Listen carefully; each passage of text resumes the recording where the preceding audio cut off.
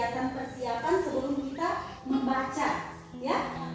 Kemudian Ibu harapkan lagi kalian akan mampu untuk menjelaskan apa saja kegiatannya, akan dapat mempraktikkan seperti apa kita persiapan kita saat akan mulai membaca. Nah, untuk mencapai tujuan-tujuan itu, kita akan melakukan beberapa kegiatan. Yang pertama akan menonton video, kemudian akan bekerja di dalam kelompok, kemudian kalian nanti akan berdiskusi,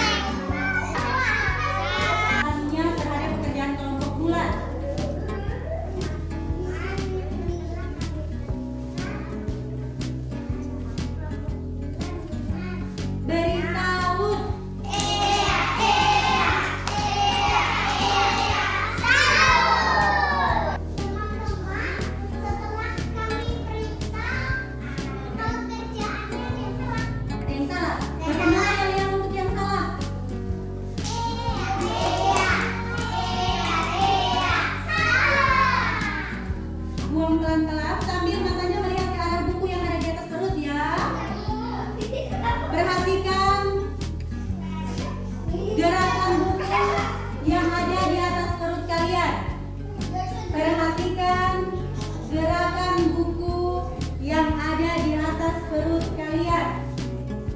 Tangannya di samping badan, matanya memperhatikan gerak buku yang ada di atas perut masing-masing. Bagaimana perasaannya? Enak? Kalau kelompok ini setelah melakukan pernapasan sambil berbaring tadi, bagaimana perasaannya? Siap membaca ya?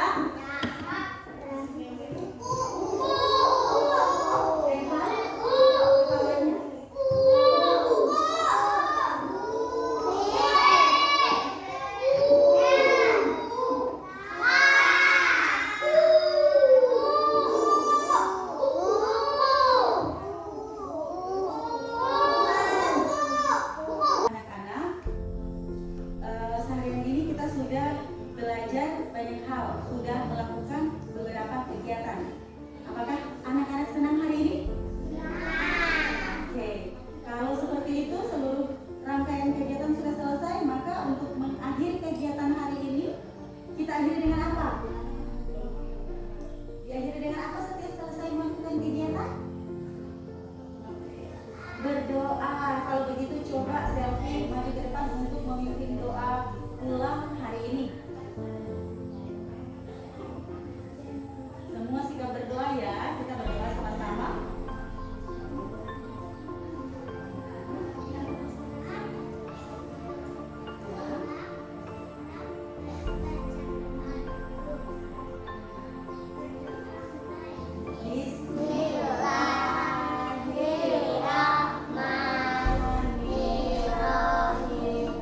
Terima kasih.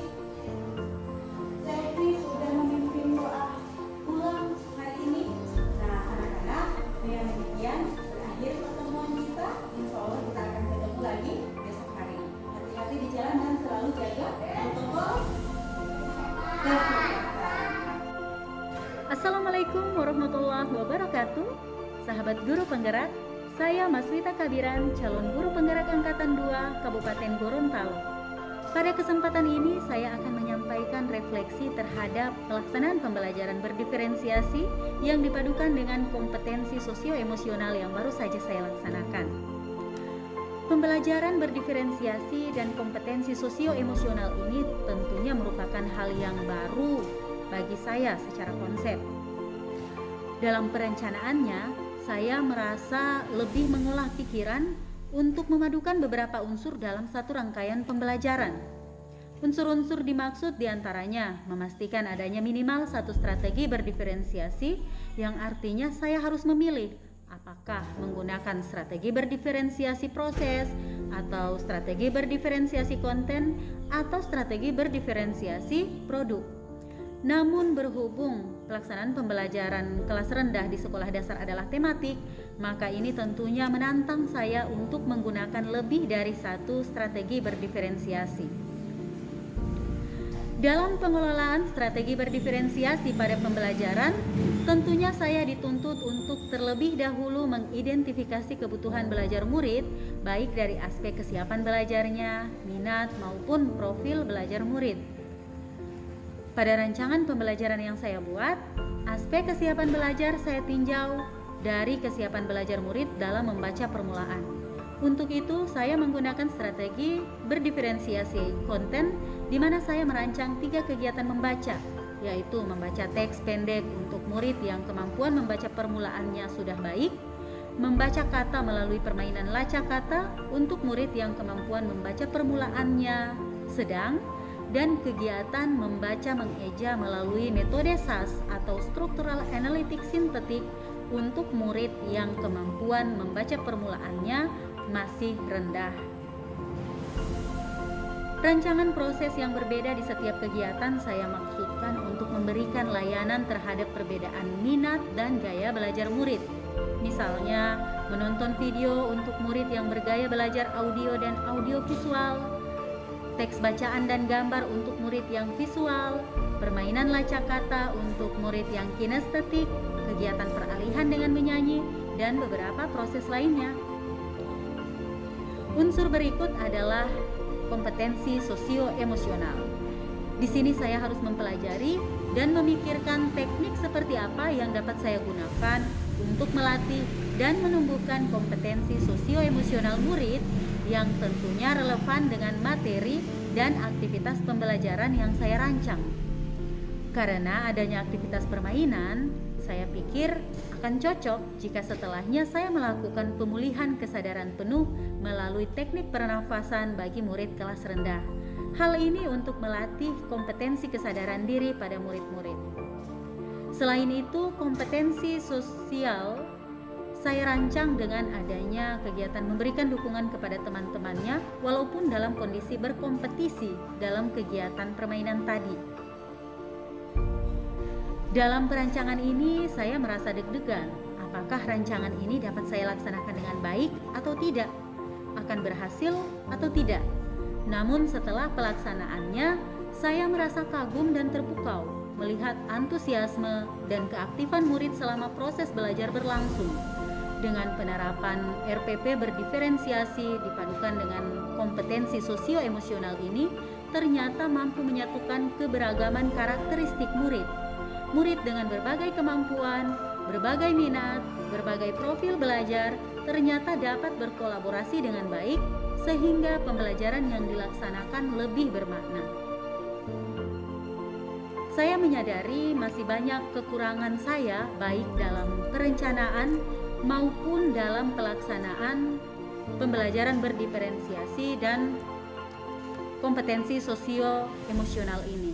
Untuk itu, kedepannya saya akan lebih menggali, akan lebih mempelajari tentang pembelajaran berdiferensiasi dan kompetensi sosio-emosional ini yang tentunya akan menjadi referensi saya dalam merancang dan melaksanakan praktik pembelajaran yang mampu memenuhi kebutuhan belajar murid sehingga diharapkan dapat menuntun murid sesuai dengan kodratnya.